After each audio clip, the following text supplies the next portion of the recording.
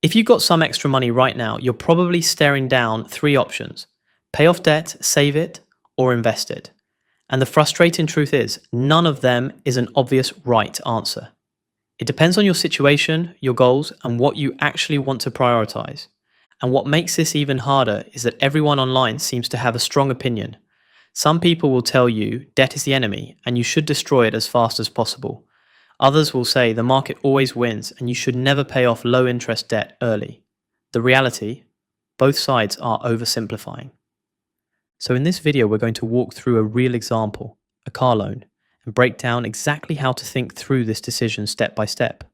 No one size fits all answer, just a clear framework you can apply to your own numbers.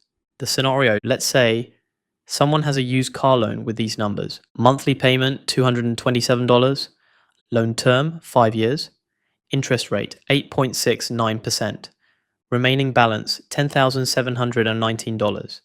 Pretty common situation. Maybe your numbers look different: $300, $400, $500 a month. But the logic we're going to walk through applies to all of it. The specific dollar amounts matter less than understanding the underlying decision framework. And one thing worth saying up front: a lot of people focus on the monthly payment when they're thinking about their car loan.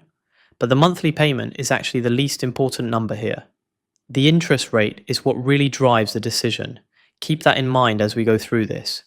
Option 1, just pay the minimum. If you make nothing but the minimum $227 payment every month for the full 5 years, here's what happens. Total interest paid, $2,445. Total amount paid, $13,164. You borrowed about $10,700 and ended up paying over $13,000 for the same car. That extra $2,445 bought you nothing. It's just the cost of time. Now, $2,445 might not sound like a life-changing number, but think about what else that money could do. That's a solid emergency fund contribution. That's several months of groceries. That's the beginning of an investment account. Letting it silently drain out in interest over 5 years is worth at least questioning. Option 2, pay it off in 6 months. Now, what if you aggressively paid this off in 6 months instead? Monthly payment needed, approximately $1,786. Total interest paid, $272. Money saved, $2,170. Same loan, same car. You just compress the timeline, and that changes everything. Here's the key insight. Interest is a time-based cost. The longer the loan exists, the more it charges you. Think of it like rent. The price per month doesn't change. You just move out sooner. And beyond the math, there's something that doesn't show up in a spreadsheet. The mental weight of a monthly obligation disappearing. No more auto draft, no more tracking a balance. That $227 a month becomes yours again, every single month for years. For a lot of people, that peace of mind has real value. Why the interest rate is the real variable. That 8.69% interest rate, let's round it to 8.7%, is the number that should drive your decision. And here's why it matters so much. Paying off that loan early is a guaranteed 8.7% return. No market risk, no volatility, no waiting.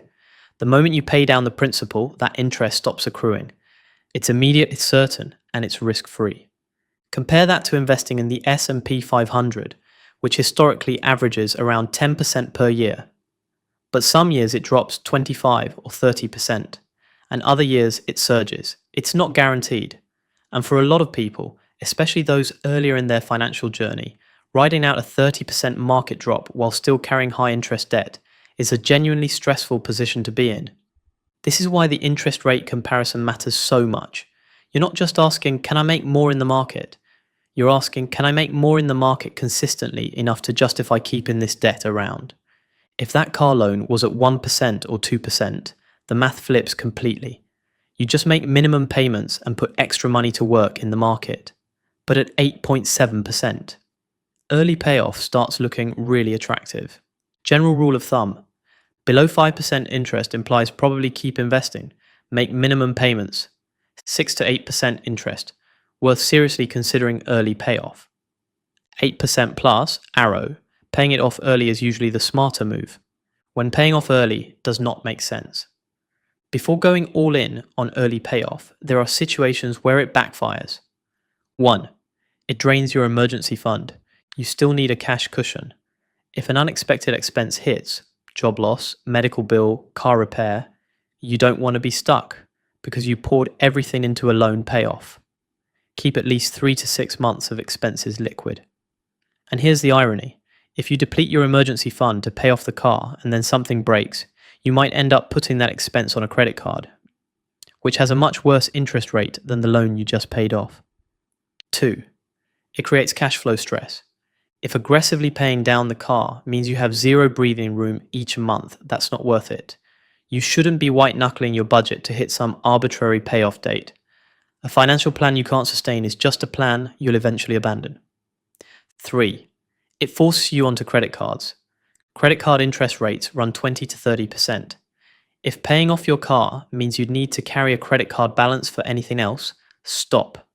Credit card debt is almost always worse than car debt. Always clear the highest interest rate first, that's just math. 4. It removes flexibility. If you've got a $60,000 car loan and attacking it aggressively means you can't handle anything that comes up in life. That's not financial progress, that's financial stress. Sometimes the minimum payment or something in between is the smarter play. There's no trophy for the most aggressive debt payoff strategy if it makes your day-to-day life harder than it needs to be. The 3 questions to ask yourself. Instead of trying to optimize perfectly, ask these 3 questions in order. Question 1. Do I have enough cash to avoid panic? Do you have at least a few $1,000s set aside, ideally 3 to 6 months of expenses, so that if something goes wrong, you're not scrambling? This is non-negotiable. Before you think about paying off debt aggressively or investing more, make sure you have a cushion. Everything else builds on top of this foundation. Question 2. Is my debt expensive or cheap? Look at the interest rate. Under 5%? Probably fine to carry it. 6% or higher? Start thinking about accelerating payoff. 8% plus? Make it a priority. This single number should be doing most of the heavy lifting in your decision. Question 3. Can I split the money instead of choosing one thing? You don't have to go all in on one option. If you have $500 extra per month, you could put $250 toward early loan payoff and $250 toward investing.